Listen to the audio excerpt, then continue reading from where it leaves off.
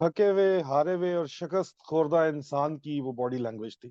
उस वक्त आपने देखा कि जनरल बाजवा ने जिस तरह अपने 6 साल जो कमांड का पीरियड है उसके अंदर उसने जिस तरह जो है वो अस्करी इकदार की पामाली की, उसी तरह वहां पे बजाय इसके कि वो एक अस्करी परेड थी उसमें परेड के हिसाब से वो रहते, उन्होंने फौरन जप्फी मारी जाके जनरल आसिम मुनीर को। और जनरल आसिम मुनीर लेकिन अपनी जगह के ऊपर खड़े रहे, जो कि एक पॉजिटिव साइन है, और वो हिले नहीं अपनी जगह से, और उन्होंने मिलिट्री डिसिप्लिन और परेड डिसिप्लिन का ख्याल रखा। जनरल बाजवा ने जो जिस तरह नुकसान पहुंचाया है ना सिर्फ हाजिर सर्विस फौज को बल्कि रिटायर्ड अफसरान को, उनके खिलाफ जो इंतकामी कार्रवाइयां सिर्फ आवाज हक बुलंद करने पे, अपनी आज़ादी राय का इजहार करने के ऊपर उनके खिलाफ जिस किस्म की कार्रवाइयां की गई जिनके अंदर मैं शामिल हूं, उसके बाद आपको ये तवक्को नहीं करनी चाहिए कि कोई जोशो खरोश आपको किसी किस्म का पाया जाएगा। जी, तकरीब के ऊपर जिस किस्म की क्रिटिसिज्म हुई वो जाहिर बात है आर्मी चीफ ने भी नोट की, और भारत के अंदर भी तकरीब होती है और हमसे दुगनी तिगनी वो आर्मी है, और हमसे कितना ज्यादा उनका बजट है उस मुल्क का। अमीर हमारे हिसाब से तो वो अमीर ही मुल्क हो गया ना अभी।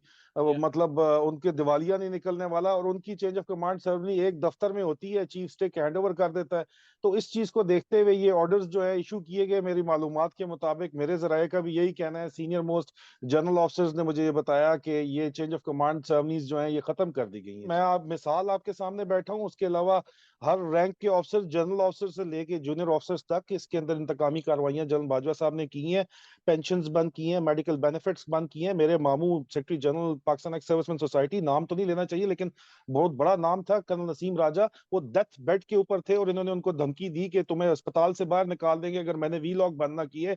मैं ये 1.5 महीना वी लॉग उनकी डेथ तक नहीं मैंने फिर किया। मुझे जनरल बाजवा की तरफ से इंतहाई ये शदीद किस्म का जोर दिया गया, और उनके ससुर ने मुझे जाती तौर के ऊपर ये अहकामात दिए कि मैं इमरान खान के खिलाफ मुखालिफ बयानिया जो है वो बनाऊं बहैसियत director media cell Pakistan ex serviceman society. मैंने ये काम नहीं किया तो मेरे खिलाफ इंतकामी कार्रवाइयां की गई, मेरे खिलाफ हसास इदारों ने जो है छापे मारे मेरे घर के ऊपर, और उसके बाद मेरे जो है वो पेंशन बेनिफिट्स कम किए गए, और उसके बाद बाकायदा मुनज्जम तरीके से सरकारी खर्च के ऊपर मेरे खिलाफ प्रोपेगेंडा मुहिम चलाई गई। देखिए, मेरे इतलात के मुताबिक तो जनरल अजहर का जहां तक ताल्लुक है, उनको वादा किया गया था chairman joint chief of staff committee बनाने का, और मेरे पास ये भी इतलात हैं कि आखिरी दिन तक जो है वो इन लोगों के साथ यही बातचीत थी, और समरी में ये भी बहुत से जराये कहते हैं कि जनरल आसिम मुनीर का नाम शामिल ही नहीं था।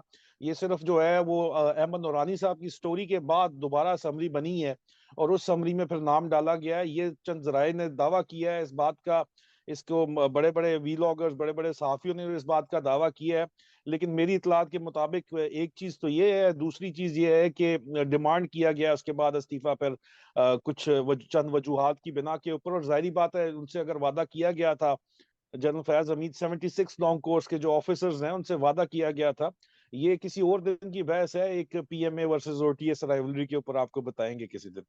ठीक है। चीफ के ऊपर नजर कोई नहीं रख सकता, चीफ के सिर्फ ऑर्डर सुने जाते हैं और उनकी कोई रिपोर्ट नहीं। हमारा निजाम जो है उसके अंदर ये स्ट्रक्चरल फॉल्ट है कि चीफ और उसके खानदान पे नजर नहीं रखी जाती, उनका हुक्म सुना जाता है। और इसी तरह एमआईए और आईएसआई को इस्तेमाल किया गया है, ना सिर्फ जनरल बाजवा की तरफ से बल्कि उनके खानदान की तरफ से, ये दौलत समेटने में जो उन्होंने समेटी है। और जहां तक स्टोरी का ताल्लुक है तो स्टोरी सियासी मकासद के तहत उनके खिलाफ चलाई गई थी, दूसरी समरी बनवाने के लिए, मेरी इतलात बहरहाल ये कहती हैं। मुझे मुझे जिस दिन भी यकीन हो जाए कि यहाँ पे वो लोग और वो सोच खत्म हो गई है कि जो इज्जतदार लोगों को नंगा करके तशद्दुद करने के ऊपर बिलीव रखती है, तो मैं हाजिर हो जाऊंगा। मेरा मुल्क है, मेरी धरती माँ है, मेरी माँ उधर है यार।